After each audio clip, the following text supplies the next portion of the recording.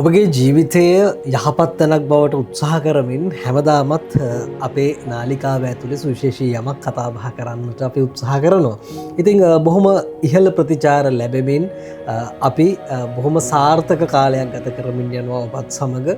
එනිසාම අපි දවසින් දවස සුපුරුදු වැඩසටහන් මාලාව ඔබට අරගෙනන්න උත්සාහවන්ත වෙන්නේ මේ කතා කරන දේවල් ඇතුළේ ඔබේ ජීවිතයට බොහොම සුවිශේෂී දේවල් රසක් ලබාගන්න හැකියාව තියෙන නිසා අපේ ගෞරවනීය වෛද්‍යතුමන් අද දවසේදීත් සූදානම්ෙන් ඉන්නවා අපිත් එක්ක කතා කරන්න. වෛද්‍ය උදාර සම්පත් ගුණවර්ධන මැතිතුමන්. වෛද්‍යතුමනි ආයුබෝවන් ඔබතුමා අද දවසේදීත්. දැන් අපේ මේ ෆුඩ්ස් හැබිට් චැනල් එක එක්ක තමයි ඔබ සම්බන්ධ වෙන්නේ. අපි පහුගේ දවස්සල කරපු වැඩසටහන් වලට බොහොම ඉහළ ප්‍රතිචාර ලැබුණ වෛද්‍යතුමනි. ඒ නිසා අපි හිතුවා මේ අපේ රටේ මහා ලොකුවට කතා කරන, එතකොට අපේ රටෙන් විදේශ රටවලට අපනයනය කරන ප්‍රධාන භෝගයක් වෙච්ච මේ කුරුඳු සම්බන්ධයෙන් ටිකක් කතා බහ කරන්න අවශ්‍යයි කියලා. මේක අපනයන භෝගයක් වගේම මේ අපේ ආහාර රසවත් කරන්න, අපේ සෞඛ්‍ය යහපත්ව තබා ගන්න පාවිච්චි කරන දෙයක් විදිහටත් මේ කුරුඳු පාවිච්චි කරනවා. ඉතින් අපි හිතුවා අපේ channel එක ඇතුලේ මේ කුරුඳු සම්බන්ධයෙන් ඔබව ටිකක් තව දැනුවත් කරන්න අවශ්‍යයි කියලා.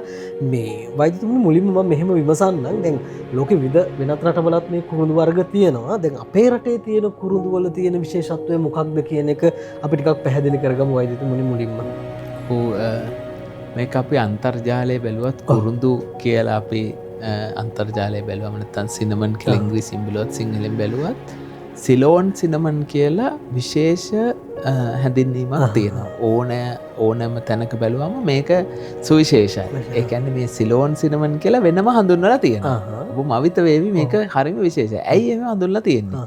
ඒත් ලෝකේ අනිත් තියෙන කුරුඳු වලට වඩා මේ ලංකාවේ හැදෙන කුරුඳු ඒ හදන ක්‍රමය සහ ඔක්කොමත් එක බැලුවම සිලෝන් සිනමන් කියන එක විශේෂයෙන් හඳුන්වලා තියෙනවා. ඒකට හේතුව තමයි කුරුඳු වල කියුමරින් කියලා සංයෝගයක් තියෙනවා. මේ සංයෝගය බය වෙන්න හොඳ නැහැ. අධිකව තිබුණොත් ඒක අක්මාවට හොඳ නැහැයි කියලා හඳුනාගෙන තියෙනවා. හැබැයි ලංකාවේ තියෙන කුරුඳු වල ලෝකයේ තියෙන අනිත් කුරුඳු වලට සාපේක්ෂව මේ කියුමරින් කියන සංයෝගය ඊටාම අල්ප වශයෙන් තියෙනවා. ඒ නිසා අපේ කුරුඳු අක්මාවට එහෙම හානි කරන්නේ නැහැ. මේක අන්තර්ජාලය ඔබ සැරිසරලා බැලුවොත් නිතර සඳහන් කරලා තියෙනවා. ඒ නිසා ලෝකයේ අනිත් කුරුඳු වලට වඩා ලංකාවේ තියෙන කුරුඳු වල ගුණය වැඩි, ආරක්ෂාව වැඩි, ඒ වගේම සුවඳ වැඩි.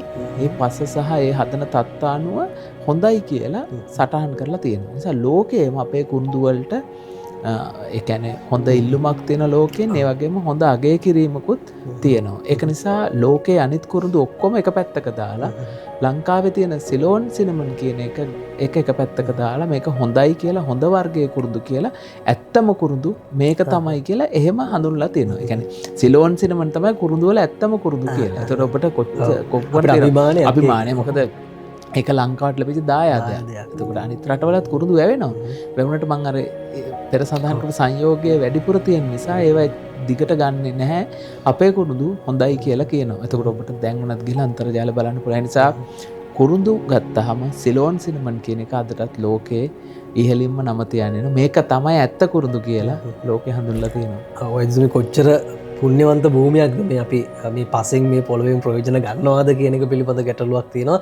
ඒ පිළිබඳව අවබෝධය නැවත ඇති කරන්න මම හිතන්නේ වෛද්‍යතුමා කිව්වා මේක ඇවිල්ලා ලෝකේ තියෙන හොඳම කුරුඳු. එතකොට අපිට මෙතනින් එහාට තව මේ පිළිබඳව හිතලා කොච්චර වැඩ ප්‍රමාණයක් කරන්න තියෙනවද, මේකේ ಗುಣ ඔබ ඔළුවට ගන්නවා වගේම මේකත් එක්ක තව කොහොමද ඉස්සරහට යන්නේ කියන එක ඔබ සිහිපත් කරගන්න. එතනට අපි මේ ඉස්සරහට මේ කතා බහ අරගෙන එමු.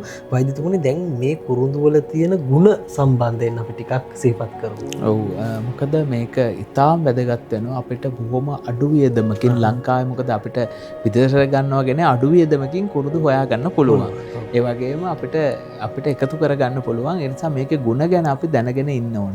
අංක 1 තමයි මේක හොයාගෙන තියෙනවා LDL කියන කොලෙස්ටරෝල් අඩු කරන්න කුරුඳු හොඳයි කියලා හොයාගෙන තියෙනවා. ඒතර කුරුඳු වලින් එහෙම LDL කියන කොලෙස්ටරෝල් කියන එක අඩු කරන්න පුළුවන් කියලා හොයන තියෙනවා. ඒක ඇඟට අහිතකර කොලෙස්ටරෝල් අඩු කිරීමේ හැකියාව කුරුඳු වල තියෙනවා කියලා සඳහන් වෙලා තියෙනවා. ඇඟට හොඳ. මේක ආදි කාලේ දැන්ට වසර 5000කට පමණ පෙර සිටම මේ මිනිසුන් මේ කුරුඳු වල ගුණය අපිව අඳුනාගෙන තියෙන. ඒ නිසා තමයි විදේශිකයන් කුරුඳු කුළුපඩු අතර කුරුඳු හොයාගෙන ලංකාවට වෙලා තියෙන මේක ගුණවත් කියලා හොයාගෙන තියෙනවා.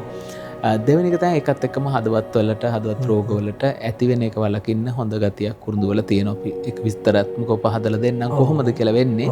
තුන්වෙනි එක තමයි දියවැඩියාගෙන් රෝගී තත්ත්වය දියවැඩියා type 1 type 2 කියලා තියෙනවා. type 2 කියන එකේදී කුරුඳු වල පරීක්ෂණාත්මක වලින් හොඳ ගුණයක් ඇති වෙන්න පුළුවන් කියලා පරීක්ෂණ වාර්තාවල සඳහන් වෙලා තියෙනවා දියවැඩියා. තුන්වෙනි ඊගාව එක තමයි අපේ මේ ඉන්ෆ්ලමේෂන් කියන තත්ත්වවලදී ඒ කියන්නේ අපි මේ මොනවා හරි දෙයක් වුණාට පස්සේ අපේ මේ ප්‍රතික්‍රියාවක් ඇති වෙලා ඇඟේ වෙනවා වේදනාව වෙන්න පුළුවන්. ඒවා ඊට පස්සේ ඉදිමෙන්න පුළුවන්. අපි දන්නවා රතු වෙන්න පුළුවන්.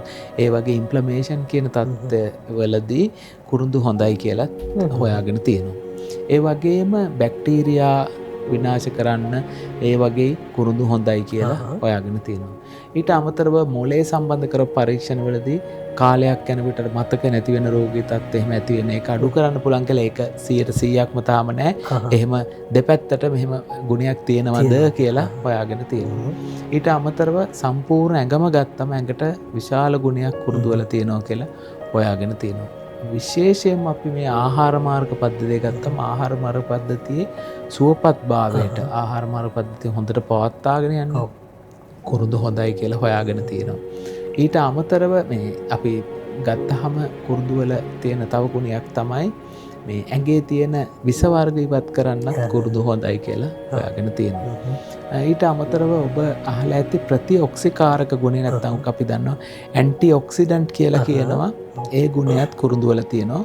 අපි නොදැනුවත් අපිට විස කියලා අපිට කිත විස වර්ග ඉංග්‍රීසියෙන් ෆ්‍රී රැඩිකල් වගේ ගොඩක් ඇඟේ හැදෙනවා අපේ තියෙන ආතතියත් එක්ක. මේවා වැඩිපුර ඇඟේ හැදුනට පස්සේ ඒක හේතු වෙනවා අපේ සෛල කඩන්න හේතු වෙනවා. සෛල කඩන්න පුළුවන්. මම සරලව කියන DNA වගේ කඩන්න ඒවට හානි කරන්න පුළුවන්. එතකොට අන්නේ ෆ්‍රී රැඩිකල් අඩු කරන්න ප්‍රතිඔක්සිකාරක ගුණය මේ කුරුඳු වල තියෙන නිසා කුරුඳු හොඳයි කියලා තියෙනවා.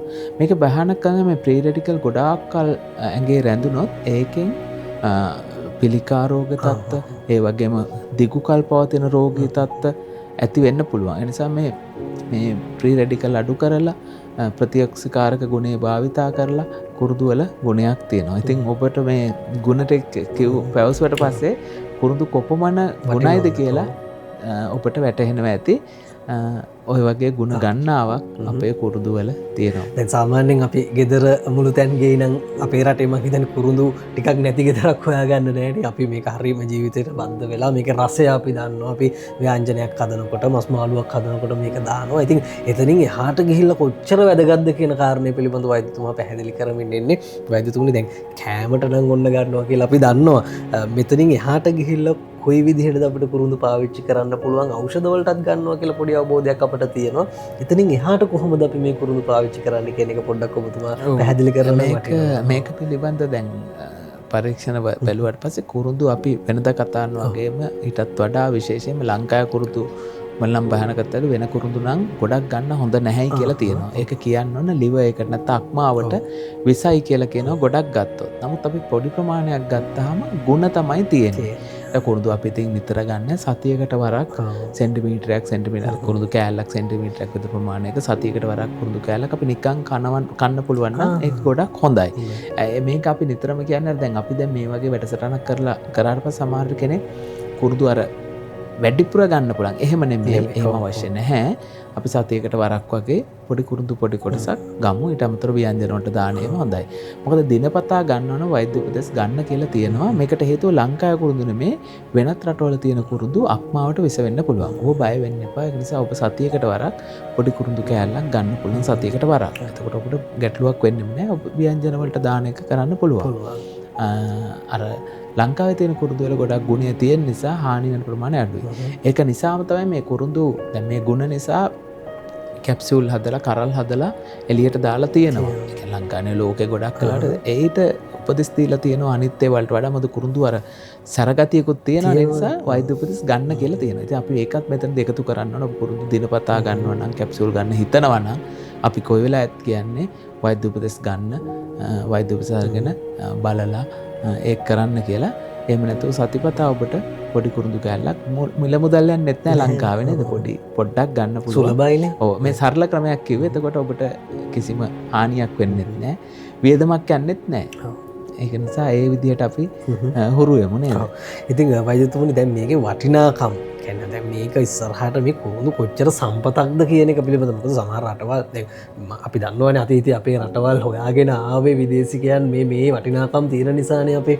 ඒකට අපේ දරුවෝ සහ මේ සමාජය මේ පිළිබඳව ප්‍රායෝගිකව දැනුවත් කිරීමේ වැදගත්කමක් තියෙනවනේ වෛද්‍යතුමනි. ඉස්සරහට මේව රැක ගන්න සහ මේ වගේ තව නිෂ්පාදන කරලා විවිධ දේවල් කරලා ලෝකයට අරගෙන යන්න පුළුවන්නේ. අන්න ඒ වැඩ කොටස කොහොමද අපි සිද්ධ කරන්න කියන එක පොඩ්ඩක් අපිට සිහිපත් කරලා. මම හිතන්නේ දැන් අපි දකුණු පළාත ගත්තත් අනිත් පළාත් වලට වඩා වැඩිපුරම මේ කුරුදු පිළිබඳ විශේෂ දැනුමක් තියෙන කොටස් ඉන්නවා. ඉතින් ඒ කර්මාන්තයේ නියැලී සිටින සියලුම දෙනාට ස්තුති කරනවා. මේ පොණ කාලයක් කුරුදු වගාව කරන ඊට අමතරව මේකේ වෙනම ක්‍රමයක් තියෙනවා. ඔබට අත්දැකීම් ඇති නේද? කුරුදු අපි මේ නිම කරන්න මේ අතිම්ම කරන දෙයක් නේද? ඒ කියන්නේ මැෂින් තුනට අපි අර හොඳ කුරුදු කරන විට ඒකේ ක්‍රමයක් තියෙනවා. පොත් අයින් කරන්න ඊට පස්සේ තලනවා භාවන තලන්න ඕනේ. ඊට පස්සේ ඒක ඊට පස්සේ ඒක අර පිහියකින් ගලවලා පොත්ත ගන්න ඕනේ, වේලන්න ඕනේ. ඒ වගේ අර ඒ පදමට හදන්න ඕන එක වෙනමම දෙයක්. ඉතින් පරම්පරාවට මේක රැකගෙන අතර මහන්සි වෙන්න ඕන. කුරුදු ගිහිල්ලා හොයාගෙන කපාන ඇවිල්ලා අපි දන්නවා මේක කරන හැටි.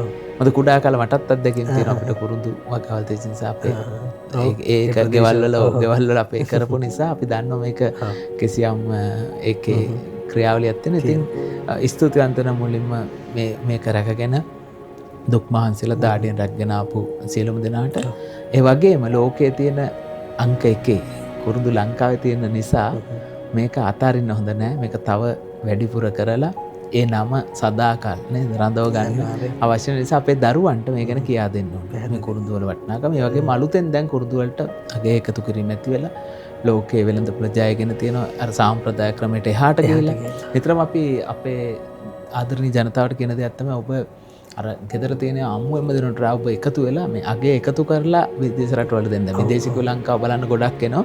අපි නිතරම දැන් දකුණු පළාත දෙන අගේ එකතු කරලා දෙන්න. ඉතින් විදේශිකයන් මේ කුරුදු වතු බලනවා, කුරුදු තේ බොනවා, කුරුදු වලින් කුරුදු තෙල් තියෙනවා. මේ කුරුදු වල අපි කොටසයි කතා කරේ. කුරුදු කියන්නේ වෙනමම මාතෘකාවක්. ඒ වගේම කුරුදු කියන එක අපි ඒ කියන්නේ මේ සුවඳ වෙන්න. ඒ කියන්නේ අපි හෝටල් වගේ තැන්වල මේ කුරුදු ඔයිල් එක පාවිච්චි කරලා ඒ කුරුදු වලට ආවෙන එක සුවඳ යොදාගෙන තියෙනවා. ඔබට ඒ කියන්නේ ඒ කුරුදු වලට ආවෙන සුවඳක් තියෙනවා ලංකාවේ. ඒක තියෙනවා. ඊට පස්සේ මේ නම භාවිතා කරලා තියෙන බොහෝ ලංකාවත් එක්ක සම්බන්ධ සංචාරක කර්මාන්තයත් එක්ක කුරුදුවම සම්බන්ධ කරන්න පුළුවන්. මේ ඒ කරන දේ බලන්න සංචාරකයන් යනවා. ඒ වතු වලට ගිහිල්ලා තේ එකක් පීලා ඒ ඔක්කොම කරනවා. මේවා තව වැඩි කරලා ඔවුන්ගේ සිත දිනාගෙන ඔවුන්ට හොඳම කුරුදු ලෝකේ දෙන්න. එතකොට ලංකාවත් එක්ක මේ කුරුදු වල තියෙන සම්බන්ධය කියන්නේ ඒක තමයි අපේ වැඩසටහන අරමුණ. අපේ දරුවන්ට කුරුදු ගැන කියා දෙන්න. ඒ කියන්නේ මේ කුරුදු කර්මාන්තය දෙන එක ඉස්සරහදී අඩු වෙන්න පුළුවන් නේද? ඒ මිනිසුන් ඒ කියන්නේ අලුත් පරම්පරාව ඒ නිසා වෙනත් රැකියාවල් අතාරින්න නැතුව මේ කුරුදු සමග ඒ කියන්නේ අපි මේක රැකගමු. මේක මේ ලංකාවට මුදල් උල්පතක් අගය එකතු කරලා මේ කරමු. ඉතින් අපේ ඇත්තටම පොත්වලට මේවා දාලා ළමයින්ට උගන්වන්න ඕන. ඉතින් එහෙම අනාගතේ මේ දේවල් අපි කරමු. පැහැදිලිවම අපි ප්‍රායෝගික විය යුතුයි. හැමතැනදීම අපි න්‍යායාත්මක කාරණා කතා කරලා විභාග පාස් කරලා ජීවිතේ ජය ගන්න උත්සාහ කරනවා. සේම අපේ අතීතයේ වටපිටාව අපේ ආගිය දේවල් එක්කත් අපිට යමක් කරන්න පුළුවන් කියන කාරණේ ඔබතුමා නිරන්තරයෙන්ම හැමදාම පැහැදිලි කරන්නේ. ඉතින් වෛද්‍යතුන් මම හිතන්නේ හොඳ ප්‍රතිචාරයක් ලැබෙයි මේ කුරුදු සම්බන්ධයෙන් අපි කතා කරපු කාරණාත් එක්ක. මොකද හැම තැනම හැම වෙලාවෙම මේවා කතා වෙන්නේ නැහැ අපේ මේ වටිනාකම් කියන දේවල්. ඉතින් බොහොම ස්තුතියි වෛද්‍යතුමනි අද මේ සම්බන්ධයෙන් කතා කරන්න පැමිණියාට. වෛද්‍ය උදාර සම්පත් ගුණවර්ධන මැතිතුමන් හැමදාමත් වගේ අපිට වැදගත් දේවල් පැහැදිලි කරලා දෙන ඔබතුමා බොහොම ස්තුතියි. ආයුබෝවන් සමු දෙනවා. ඉතින් අදහස් අපිට කියන්න මේ වැඩසටහන් ෂෙයා කරන්න, තව කෙනෙකුට දැක ගන්න අවස්ථාව උදා කරලා දෙන්න, නාලිකාව සබ්ස්ක්‍රයිබ් කරන්නත් අමතක කරන්න එපා කියන මතක් කිරීමත් එක්ක තවත් සුවිශේෂී කාරණා කිහිපයක් ඉදිරියේදී කතා කරන්න බලාපොරොත්තු වෙන දැනට වැඩසටහනෙන් සමු ගන්නවා. හැමදෙනාටම යහපත් හෙට දවසක්.